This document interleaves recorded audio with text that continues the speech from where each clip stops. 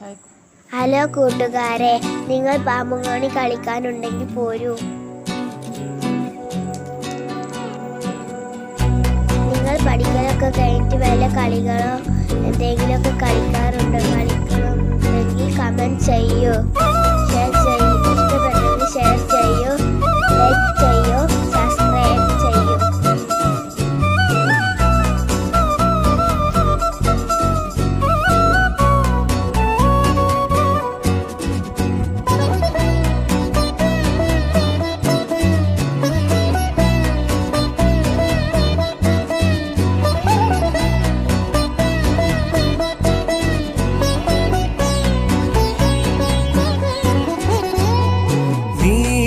നിലവേ നിലവിലഴകേ